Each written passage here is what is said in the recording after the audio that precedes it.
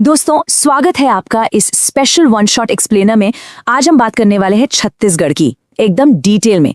इसका इतिहास, भूगोल, यहाँ की जनजातियां, लोक नृत्य, मतलब वो सब कुछ जो आपके CGPSC प्रीलिम्स, व्यापम या असिस्टेंट प्रोफेसर जैसे एग्जाम्स में सीधा सीधा पूछा जाता है। तो बस बिना टाइम वेस्ट किए सीधे पॉइंट पर आते हैं और शुरू करते हैं आज का ये जबरदस्त सेशन।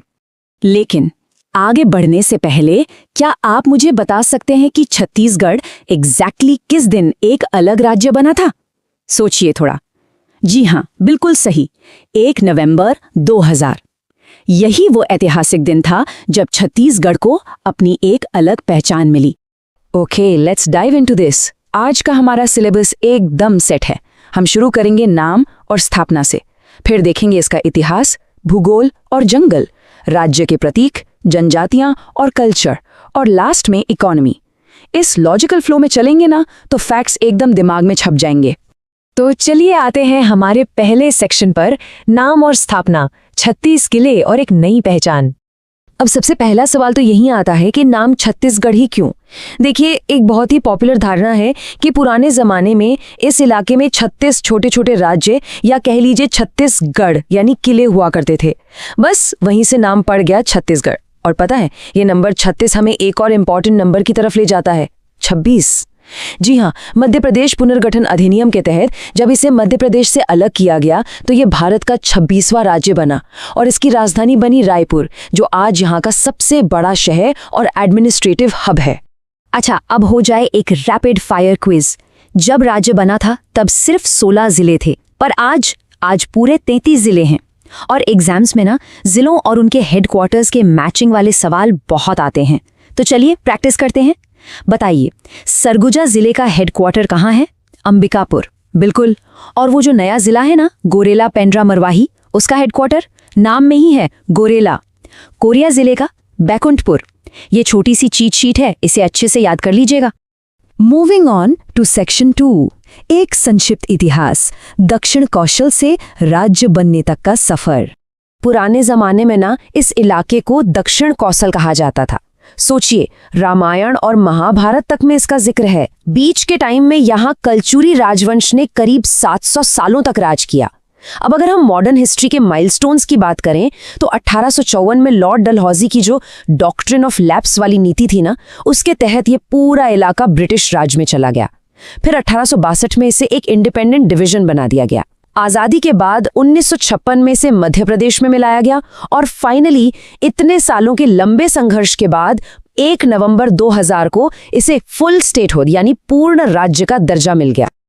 अब यहाँ एक ऐसा फैक्ट है जो सीधा सीधा 1 या 2 नंबर का MCQ है, एकदम ध्यान से सुनिएगा।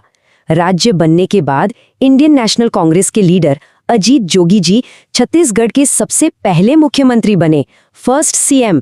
ये नाम तो आपको रटा होना चाहिए। चलिए अब आते हैं सेक्शन 3 पर, भूगोल, नदियां और वन, मध्य भारत का हृदय। वैसे एक छोटा सा सवाल और, क्या आपको छत्तीसगढ़ का राज्य प्रतीक वाक्य पता है? इसका जवाब है विश्वसनीय छत्तीसगढ़। एक और कमाल का फैक्ट बताऊं, छत्तीसगढ़ आखिर कितने राज्यों से अपना बॉर्डर शेयर करता है? इसका जवाब है पूरे 7 राज्य। जी हाँ, ऊपर उत्तर प्रदेश, पश्चिम में मध्य प्रदेश और महाराष्ट्र, पूर्व की तरफ देखेंगे तो झारखंड और ओडिशा, और नीचे दक्षिण में आंध्र प्रदेश और तेलंगाना। मतलब ये लैंडलॉक्ड स्टेट अपने पड़ोसियों से एकदम बढ़िया तरीके से घिरा हुआ है। और ये बात इसे और भी खास बनाती है कि लगभग 1,35,194 स्क्वायर किलोमीटर एरिया के साथ छत्तीसगढ़ इंडिया का 9वां सबसे बड़ा राज्य है। लेकिन जो चीज सही मायने में इसकी खूबसूरती है वो है यहाँ के जंगल। स्टेट का करीब आधा हिस्सा जंगलों से ढका है। नेशनल फॉरेस्ट कवर की बात करें तो ये पूरे देश में 3रे नंबर पर आता है। Amazing, right? अब नदियां तो यार किसी भी जगह की लाइफलाइन होती हैं, और यहाँ की सबसे प्रमुख नदी है महानदी, जिसे छत्तीसगढ़ की गंगा भी कहते हैं। इसके अलावा गोदावरी, शिवनाथ, हसदेव, अरपा, इंद्रावती और रिहंद नदियां भी हैं। ये नदियां ही तो हैं जो यहाँ की खेती और हाइड्रो इलेक्ट्रिक प्रोजेक्ट्स को चला रही हैं। सेक्शन 4, महत्वपूर्ण राज्य प्रतीक, जो इस राज्य की असली पहचान है। चलिए एक और रैपिड फायर राउंड, फटाफट बताइए। राज्य पशु, वन भैंसा यानी वाइल्ड वाटर बफेलो। राज्य पक्षी, पहाड़ी मैना। राज्य वृक्ष साल का पेड़ जो यहाँ के जंगलों की असली शान है। राज्य फसल धान और राज्य खेल हॉकी। देखिए ये वो गारंटीड एमसीक्यूज हैं जो बार बार रिपीट होते हैं, तो इन्हें दिमाग में 2-3 बार घुमा लीजिए। नेक्स्ट है हमारा सेक्शन 5 जनजाति भाषा और संस्कृति, इस रीजन का कल्चरल बैकबोन। देखिए कोई भी जगह सिर्फ जमीन से नहीं वहाँ के लोगों से बनती है, और छत्तीसगढ़ की असली रूह यहाँ की आदिवासी विरासत में बसती है। जरा इस डेटा पर गौर कीजिए। क्या आपको पता है यहाँ शेड्यूल्ड ट्राइब्स यानी जनजातीय आबादी का परसेंटेज कितना है? ये 30% से भी ज्यादा है। और यही बात इस राज्य को पूरे देश में ट्राइबल कल्चर का एक बहुत ही इंपॉर्टेंट सेंटर बनाती है। यहाँ मेनली गोंड, मुरिया, बिरहोर, हाड़ी और ओरम जैसी जनजातियां रहती हैं। लैंग्वेज की बात करें तो ऑफिशियल भाषा हिंदी है, लेकिन लोकल ट्राइबल बोलियां और छत्तीसगढ़ी यहाँ की रग रग में बसी हैं। और भाई अगर त्योहारों की बात करें तो बस्तर का दशहरा तो वर्ल्ड फेमस है। पता है क्यों? क्योंकि ये 10 या 20 दिन नहीं, पूरे 75 दिनों तक चलता है। Literally 75 days. इसके साथ ही राउत नाचा यहाँ का बहुत ही एनर्जेटिक और पॉपुलर फोक डांस है।